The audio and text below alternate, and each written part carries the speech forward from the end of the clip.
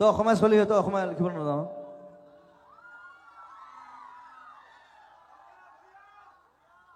ইংলিছত লিখি নাই হোৱাট ইজ দিছ অসমীয়াত লিখিব লাগিব খুৱাই দিয়া জগাই দিয়া মৰিব দিয়া মই কি বুজি পাম ইয়াত কি লিখিছে এইটো কি ঘেণ্টা লিখিছে এইটো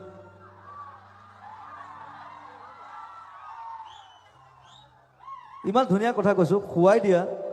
জগাই দিয়া মৰিব দিয়া জীয়াই দিয়া কৈ দিয়া আজি পৃথিৱীকে